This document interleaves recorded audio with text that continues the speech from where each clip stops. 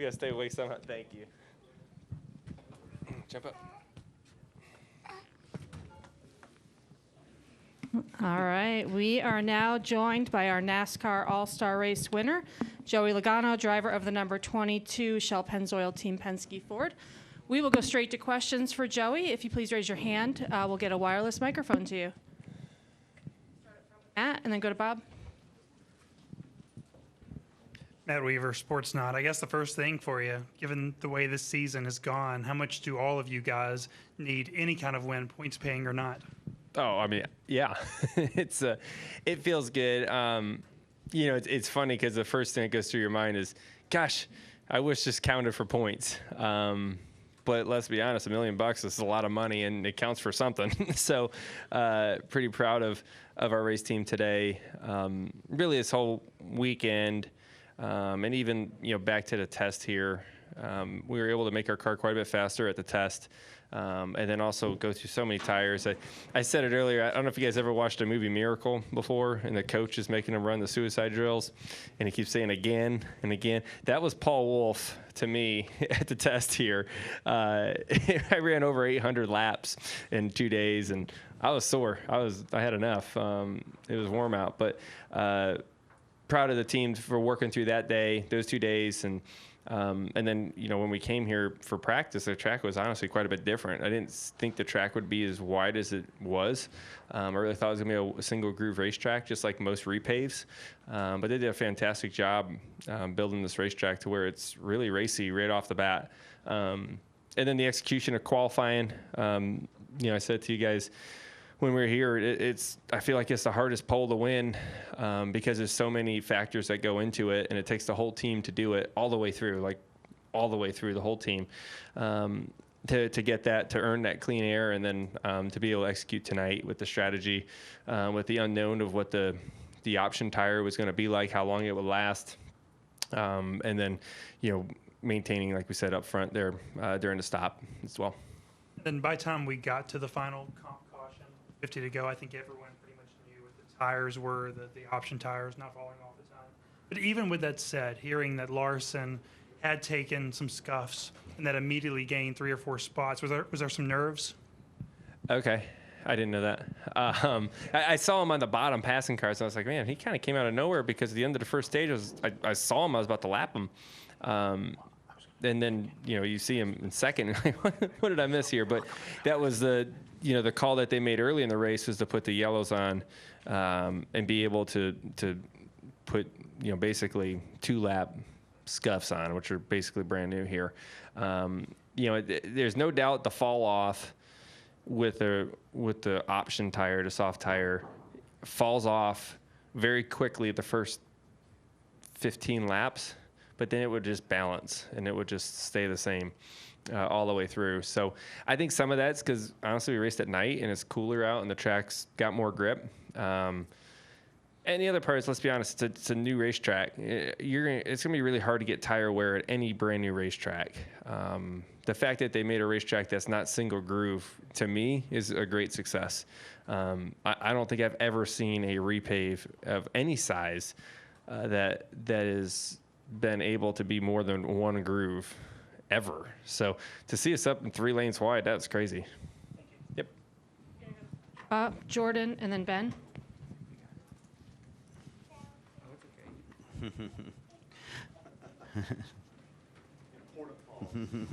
He lost his chocolate. Bob Pockris, Fox Sports. So where should NASCAR go from here with this tire, with that red tire? Should they put on the cars for New Hampshire, or does there need to be more work done, or what? Yeah, it's probably worth trying. I don't see what there is to lose. I don't know what it would be like at Loudon, right? I mean, like we said, there's a lot of fall off for a little bit, and then it stays the same. What would it be like at Loudon, where there has been more fall off there in the past with an older surface and all that? What would it be like there? I don't know. I can't answer that. I don't think anyone can. I don't think Goodyear can answer it until they go there and run it. Might be worth a tire test. or just wing it like we did for this one. I mean, I told you we ran 800 and something laps here, throwing 30 sets of tires on this thing, and this was not one of them that we ran at all. We did all that for, I was like, geez, we're not even ran the tires that we ran all these on. So, You ran on the right side, right? well, the lefts. Okay. I don't know. I got them all confused in my head right now. We ran one side of them, yes. I think the 54 tried this compound all the way around, and the rate it fell off for the first 10 laps, I think he came in right after that. He said, "This is no good," and that's the ones we actually ran. So it kind of worked out. There you go. Jordan and then Ben. Jordan Bianchi, The Athletic. Can you kind of go into what you guys were working on in depth at that test and what was the carryover? And then also, it seems like it's carried over elsewhere as well, to other tracks, not just short tracks. Yeah, I mean, so when you do these tire tests, like they let you work on your car for about, I don't know, a couple hours before they start slinging tires at it. So, that's kind of like that's your payment for showing up for 2 days with your race car. You get 2 hours of practice of just being able to try things with your car. And then it's one set of tires after another for the rest of the 2 days. That just shows you how valuable practice is these days, because you just don't ever get any of it. And especially testing with data on the car and you're able to actually see stuff, you just don't get that anymore. Right? That's the one you get. That's my one for the year. Right? You got to make the most of it.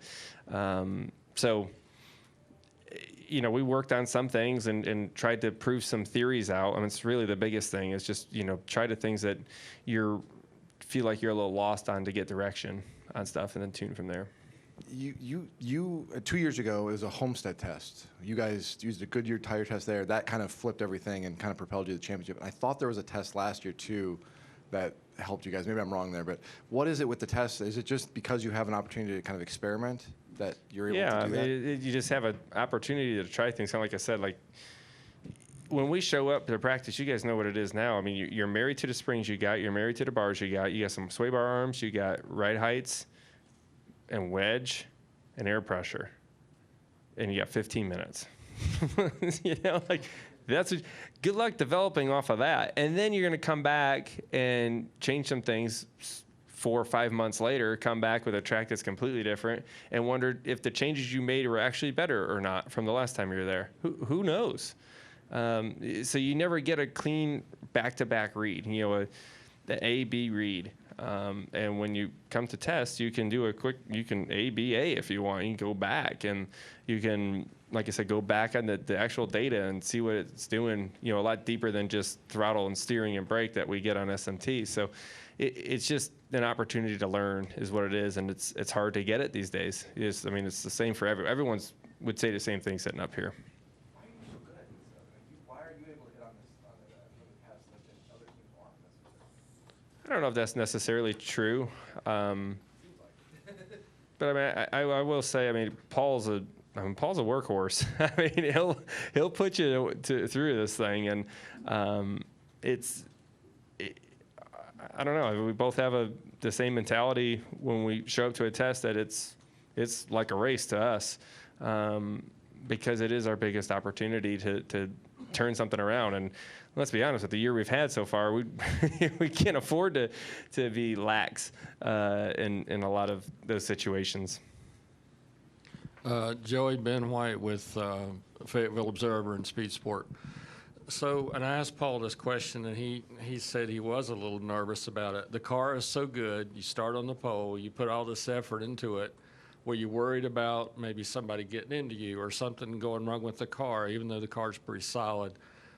Did that cross your mind, or did you have time to even think about that? Well, anything can happen. It's a race, right? Like anything can happen at any point. How many times have we watched NASCAR races where, you think someone's got it in the bag? I see it all the time in the Fox booth or the Xfinity races. I think this guy's got it won, and then all of a sudden you're like, are you kidding me? Like the most bizarre thing happens.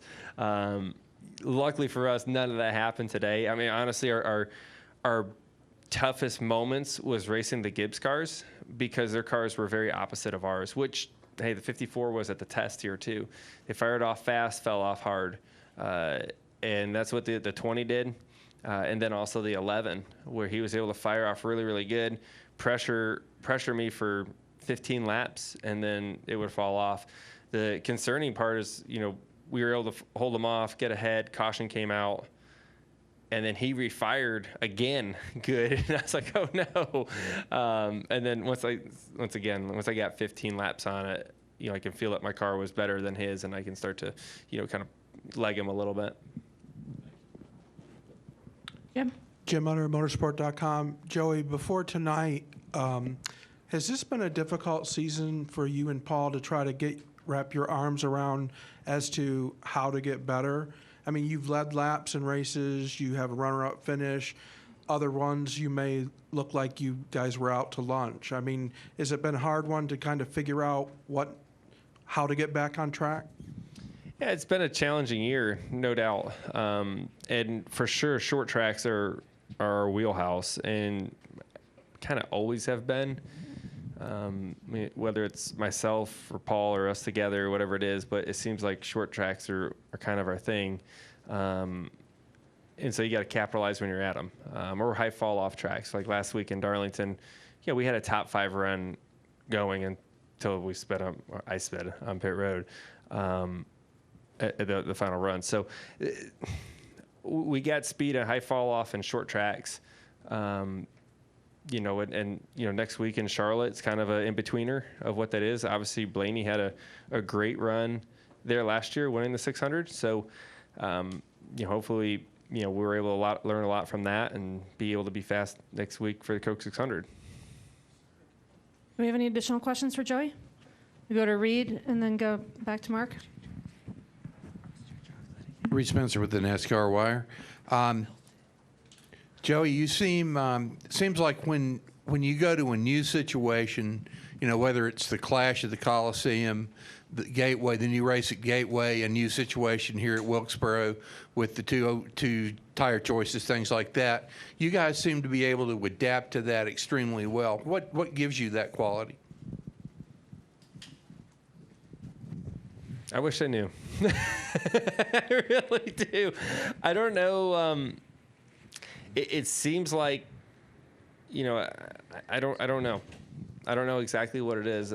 It's obviously that our whole team does a really good job at anticipating what a race will be like, or what we're going to need in the car without any history.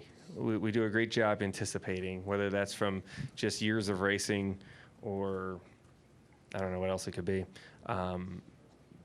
I feel like a strength in myself, just speaking for myself as a driver, I feel like I adapt really quickly.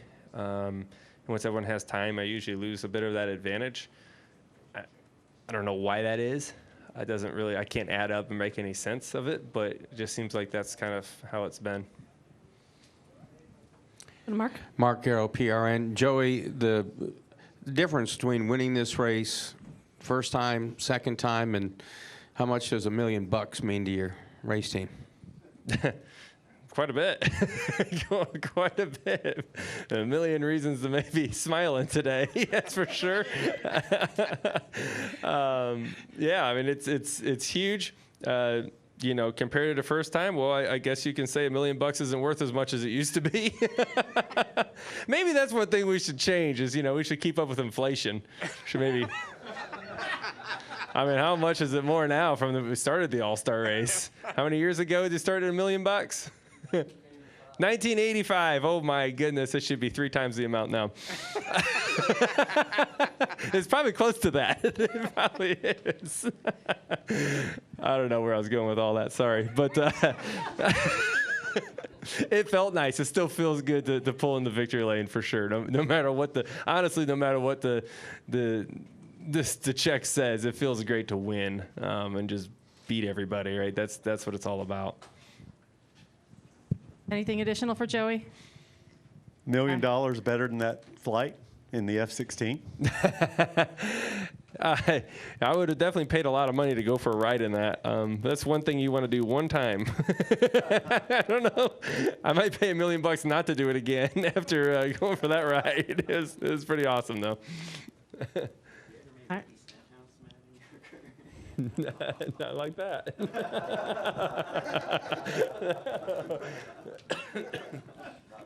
Not that bad. No. All right, Joey. Well, congratulations. Thanks for joining us tonight. All right. Thanks, guys. Safe travels home.